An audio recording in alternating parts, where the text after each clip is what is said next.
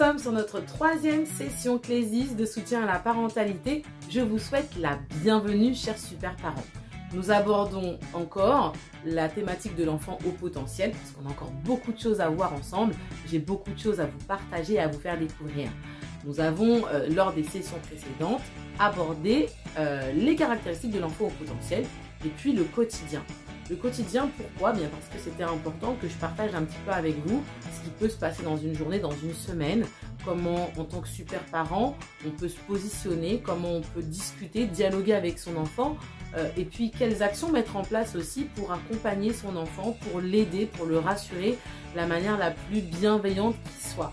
Donc je crois que vous avez pu un petit peu voir, peut-être percevoir des choses qui se passent aussi chez vous, dans votre relationnel avec votre enfant, et j'espère que cela vous aura aidé. En tout cas, n'hésitez pas à nous contacter si vous voulez un accompagnement plus spécifique sur cette question.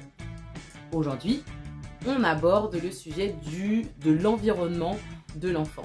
Parce que l'enfant, il existe au sein d'une communauté, il existe au sein d'une société, il existe au sein d'une famille. Et donc, c'est important de le resituer lui, de le resituer dans ce contexte-là et de voir en fait comment peuvent se dérouler, se passer les interactions entre cet enfant, sa famille, la société, l'école, etc. Donc, en première instance, on va aborder la famille. Il y a la famille donc au sens strict, avec une composition familiale, donc maman solo, papa solo, maman, papa, peu importe, frère, sœur, enfant unique. Et puis à la famille au sens large, avec les grands-parents, les oncles et les tantes, les familles, les amis très très proches de la famille, etc.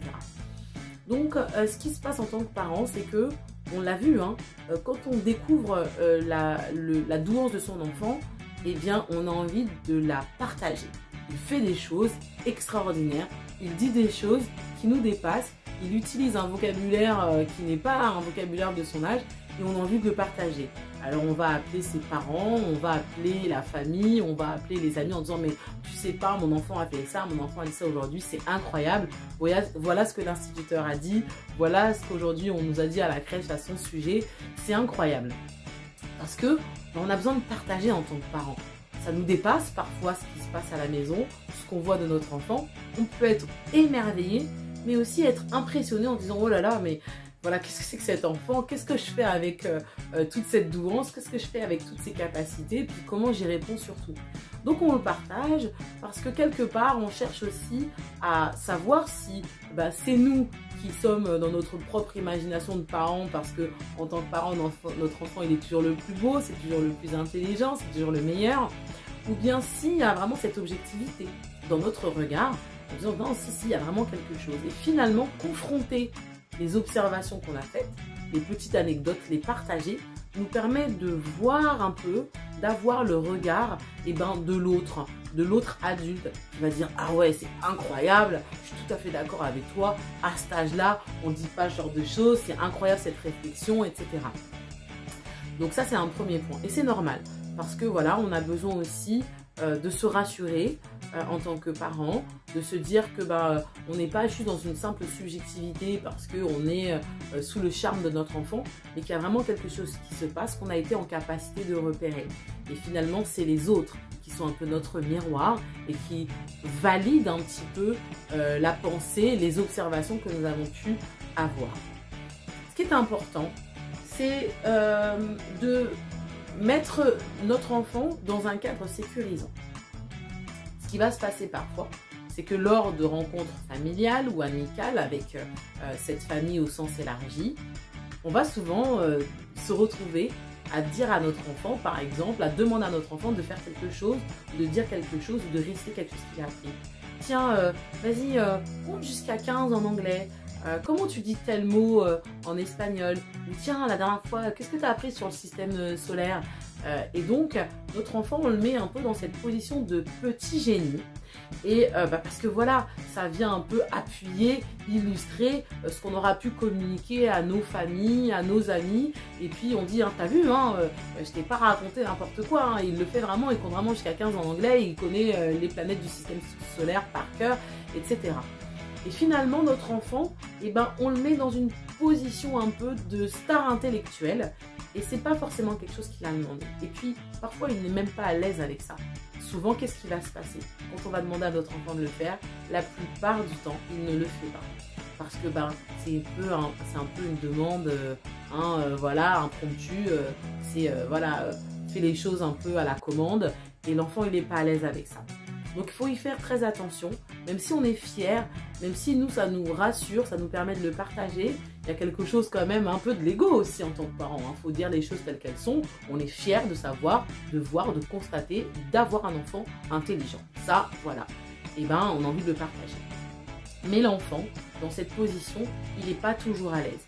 Donc, voilà, moi, je vous recommande avec toute ma bienveillance d'être vigilant à ça. Et de laisser l'enfant communiquer ces choses par lui-même.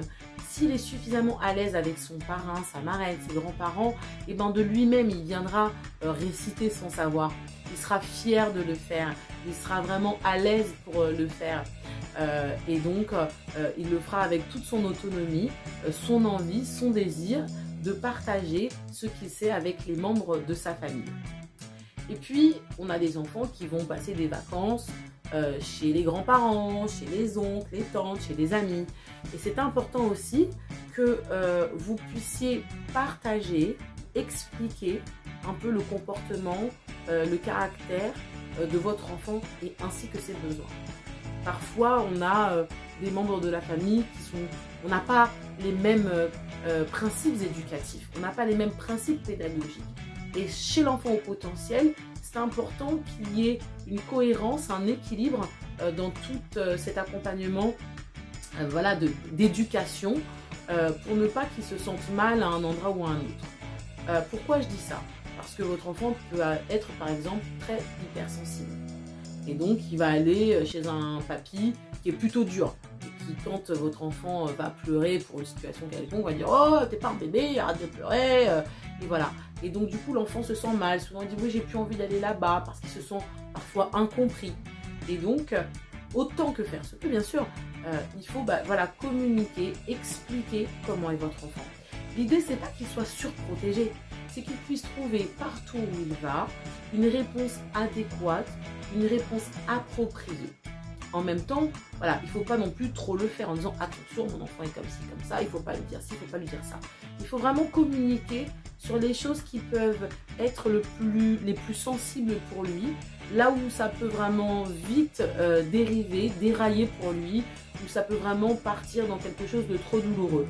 Donc vous avez en tête ces thématiques, c'est peut-être sur la façon de faire les devoirs, le rapport aux devoirs, le rapport à l'échec, les relations avec les autres enfants, ça peut être dans la manière dont il est réprimandé, dont on lui explique les choses, sur la gestion des émotions. Vous allez repérer voilà, les choses qui sont les plus difficiles pour lui, pour pouvoir l'aider dans ce cercle familial à se sentir le mieux possible. Voilà, je pense que vous avez compris un peu ma pensée, c'est de dire que voilà, il faut laisser l'enfant être ce qu'il est, lui permettre de grandir dans un cadre sécurisant, ne pas le mettre dans une position d'enfant star, intelligent, de petit génie, de le laisser dans son authenticité, se développer, créer sa relation avec les membres de sa famille, sans qu'il soit constamment le cœur du sujet, parce qu'il a peut-être des cousins, des cousines, des frères et des sœurs. Et voilà, et c'est important de faire aussi attention aux autres enfants qui l'entourent pour ne pas que ça soit lui qui soit toujours au centre de l'attention. Donc voilà, et d'avoir effectivement une famille qui comprend aussi ce qui se passe, qui comprend aussi les enjeux. Il y a parfois, on l'a vu, des enfants au potentiel qui ont des vraies difficultés à l'école, qui sont toujours dans la provocation, dans l'opposition. Et là aussi, vous avez besoin du soutien des membres de votre famille pour que tout le monde aille dans le même sens, pour que cet enfant il soit aidé au mieux et qu'il vive au mieux sa douance. Il y a ensuite l'école. L'école, c'est un vaste sujet sur lequel je ne veux pas trop m'étendre, mais au moins, voilà, vous donner quelques clés qui vont vous permettre d'accompagner votre enfant le mieux possible.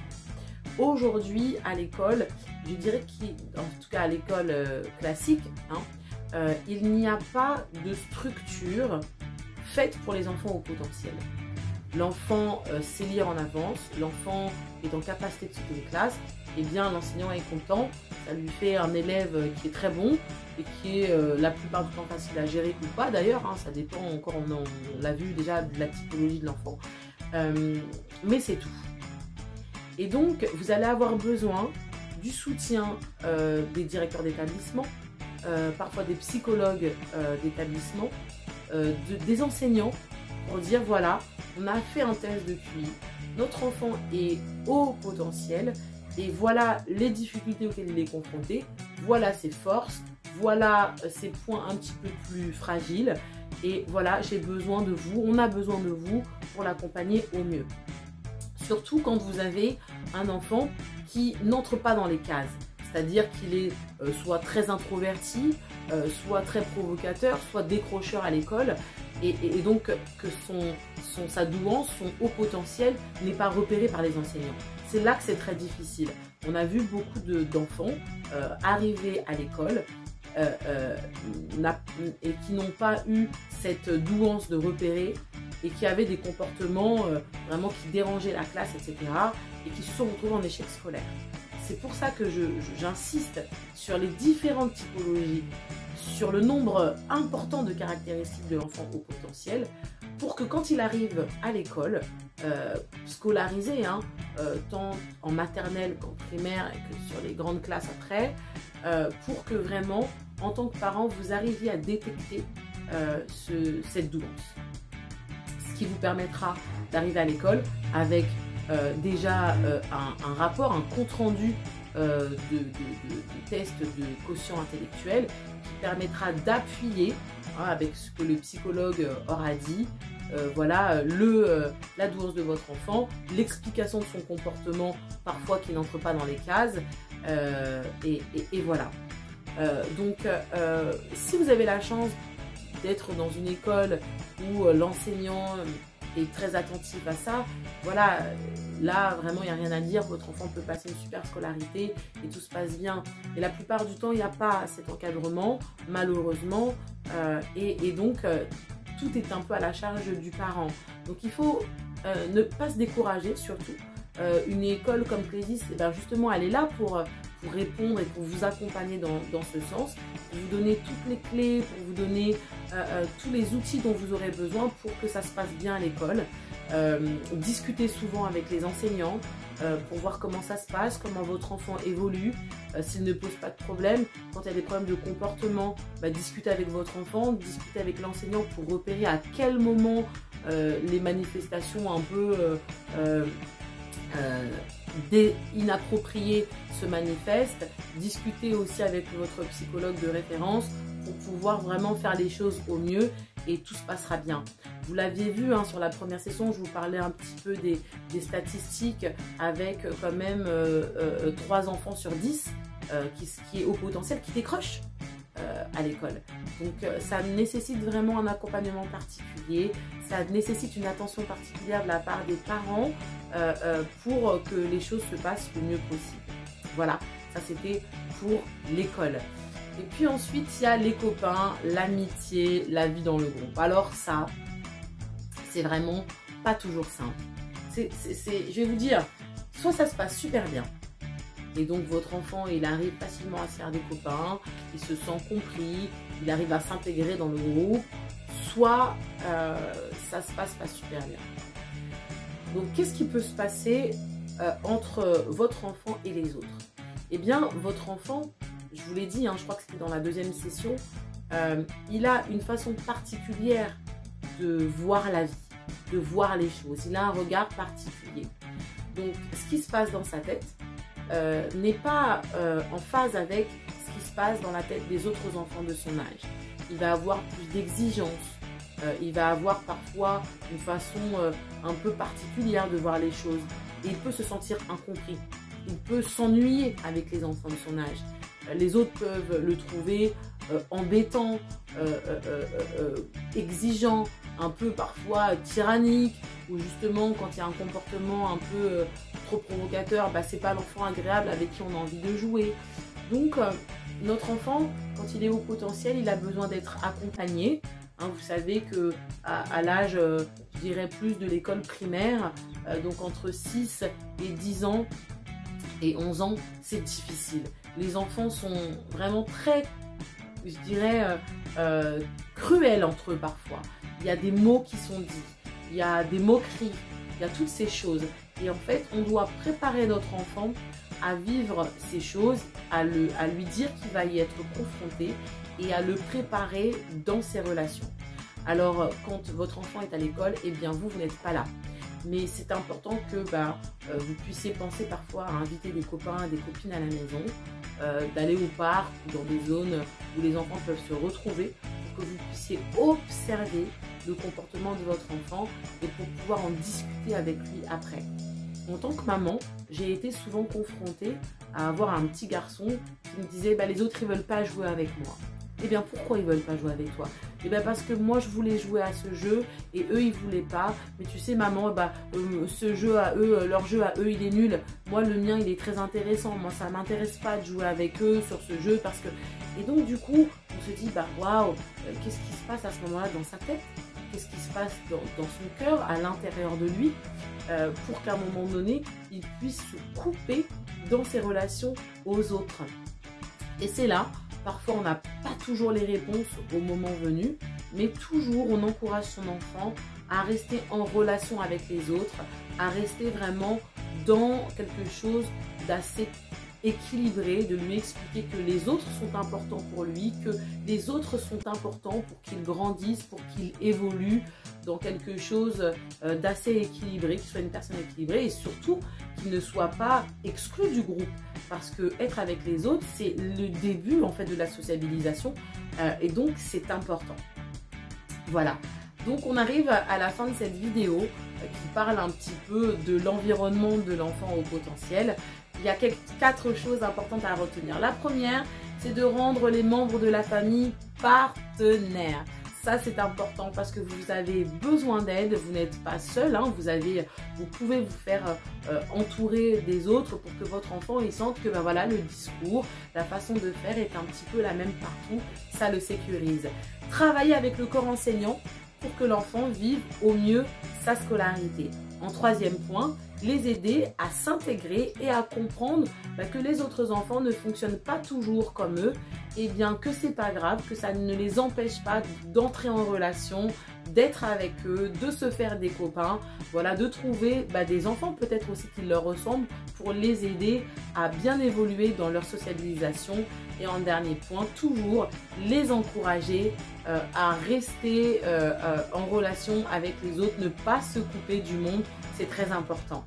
J'espère que vous avez pu comprendre de nouveaux aspects de l'enfant au potentiel. Je vous dis à bientôt sur une prochaine vidéo.